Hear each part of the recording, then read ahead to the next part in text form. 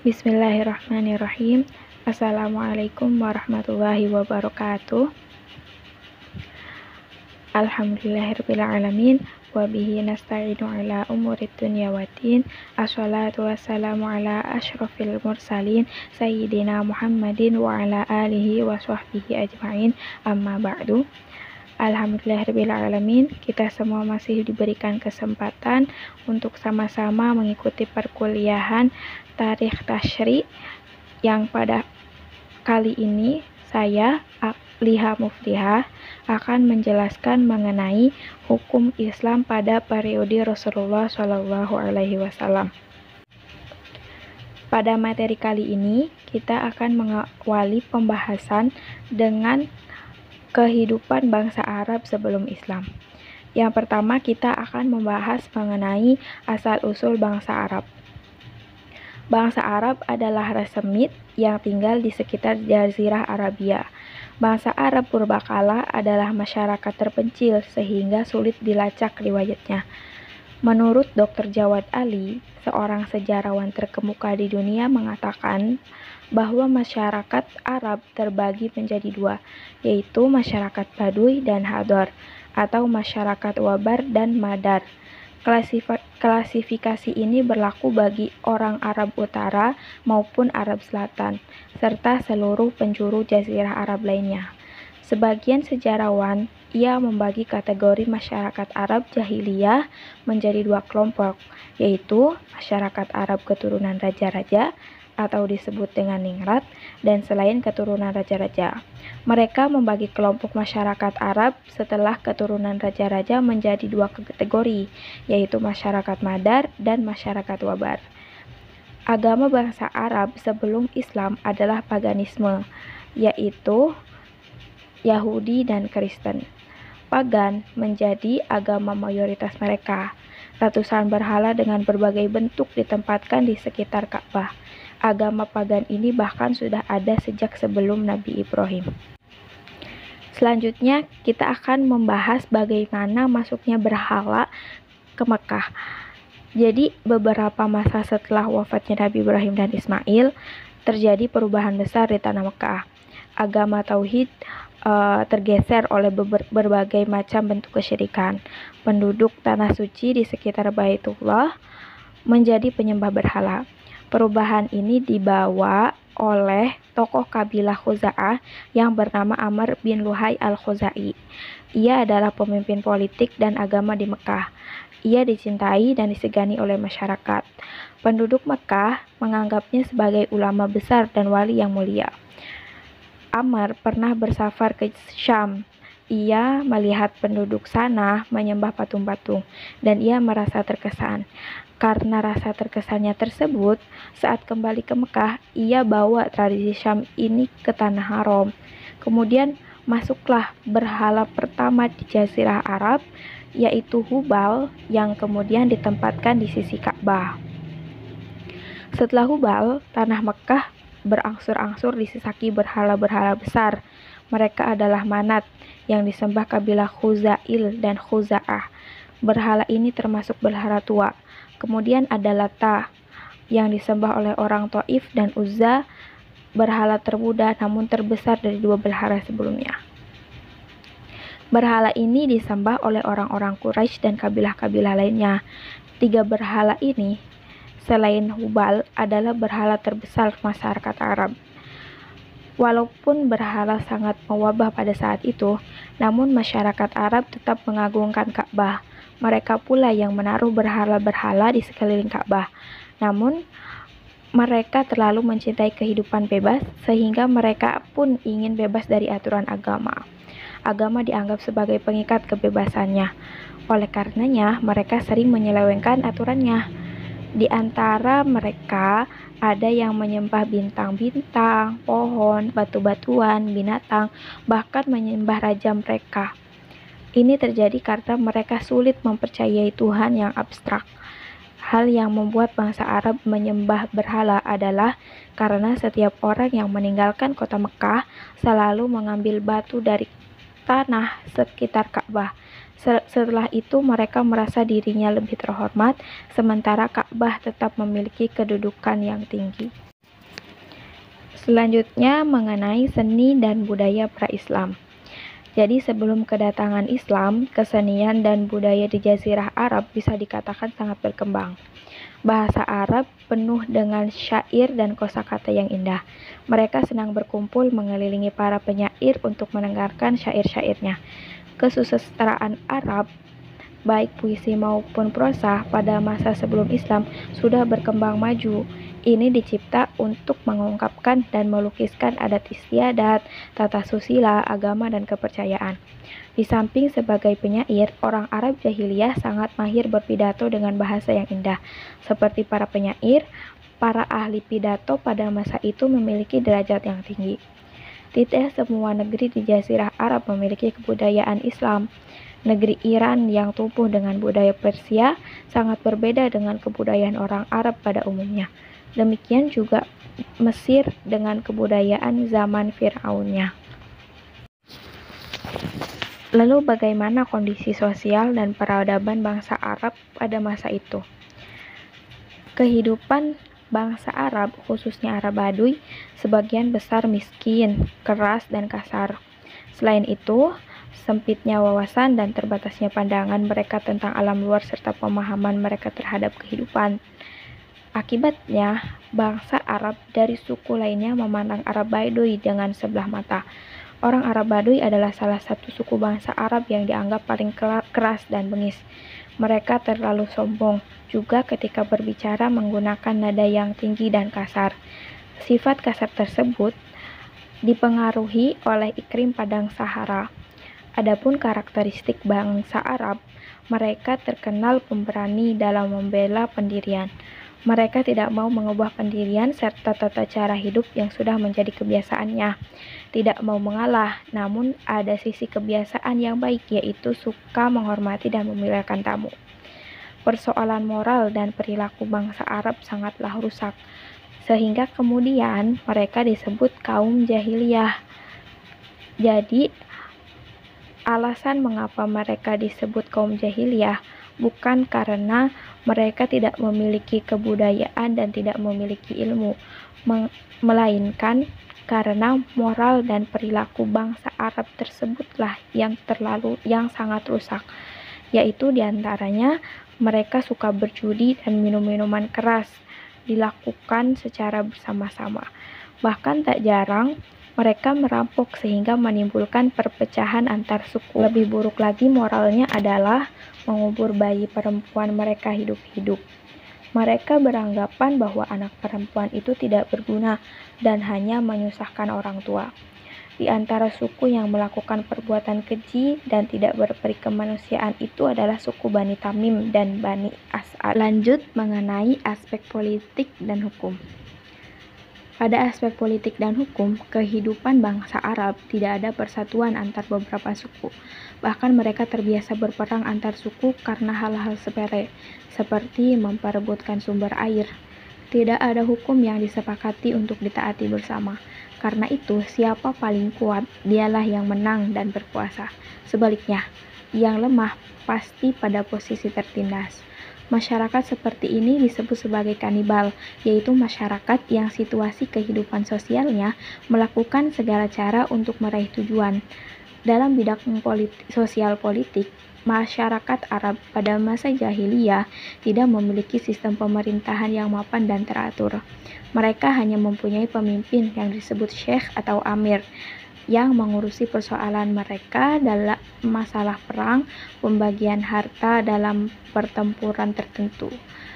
Di luar itu, seorang syekh atau amir tidak berhak mengatur anggota kabilahnya.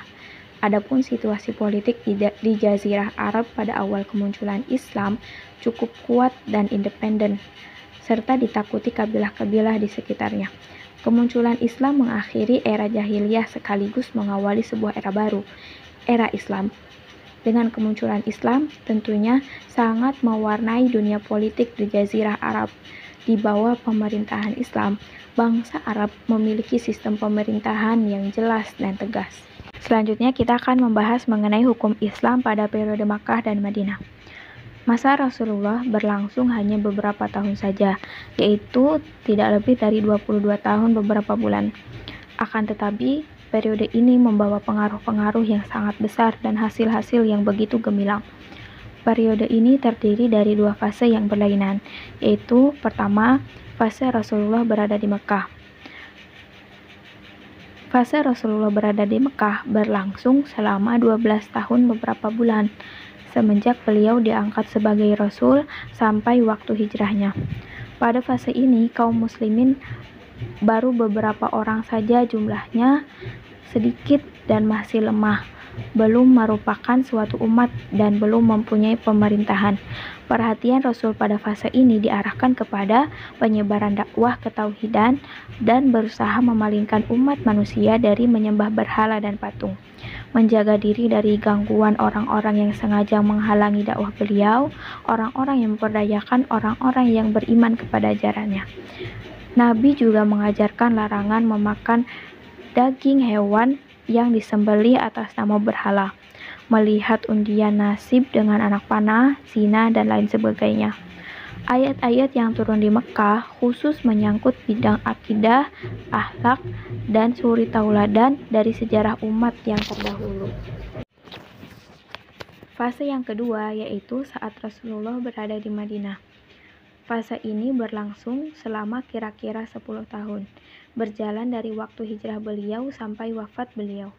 Selama beliau berada di Madinah, operasional dakwah lebih lancar dibandingkan dengan di Mekah, yang ditandai dengan banyaknya orang-orang yang beriman. Oleh karena itu, ayat-ayat Al-Quran yang turun banyak mengandung hukum amaliyah, baik yang berkenaan dengan hidup individual maupun masyarakat, yang dapat dipastikan sangat memerlukan ketentuan hukum lembaga pengadilan. Islam telah terbina menjadi umat dan telah merupakan suatu pemerintahan. Media-media dakwah telah berjalan lancar. Keadaan mendesak adanya tasyri' dan undang-undang mengatur hubungan antar individu satu dengan yang lainnya selaku umat yang berkembang, serta mengatur hubungan mereka dengan yang lain baik di masa damai maupun perang. Untuk ini maka disyariatkanlah di Madinah hukum-hukum perkawinan, perceraian, pewarisan, perjanjian hutang piutang, kepidanaan, dan lain-lain. Syekh Manna mengatakan, penetapan hukum di Madinah mengarah pada pembentukan masyarakat dan penetapan aturan dalam hal kemasyarakatan. Dan langkah pertama yang diambil oleh Rasulullah SAW dalam membangun masyarakat adalah mempersaudarakan antara kaum muhajirin dan kaum ansor, yang dengannya orang-orang ansor lebih mengutamakan saudaranya dari kalangan muhajirin atas diri mereka sendiri. Pembinaan dan pembentukan hukum langsung ditangani oleh Rasulullah SAW sendiri berdasarkan wahyu, maupun ijtihad atau pendapat beliau sendiri yang disebut hadis. Tapi walaupun demikian, beliau masih memberi kesempatan ijtihad kepada para sahabatnya, sekalipun wahyu masih ada dan masih hidup. Hal ini dikarenakan ada kejadian yang khusus untuk mengadakan hubungan dengan beliau sukar karena jauh ataupun waktunya sangat mendesak. Peristiwa pernah terjadi pada waktu Rasulullah SAW mengutus sahabatnya Mu'adz ibnu Jabal menjadi duta Islam di Yaman. Dia direstui oleh Rasulullah SAW untuk mengambil inisiatif sendiri dalam menjatuhkan vonis suatu kasus hukum, andaikan pidananya tidak terdapat dalam Al-Quran dan hadis. Selanjutnya adalah sumber hukum Islam pada masa Rasulullah. Yang pertama adalah Al-Quran. Ketika Nabi Muhammad SAW masih hidup, para sahabatnya selalu mendapatkan bimbingan langsung dari Nabi. Wahyu Allah turun ke bumi sebagai petunjuk yang kita kenal dengan nama Al-Quran.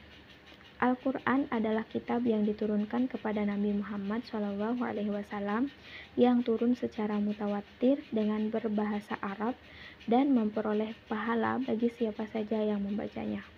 Kumpulan pernyataan-pernyataan Al-Quran adalah universal dan cukup konkret untuk menamakan sikap yang pasti terhadap hidup.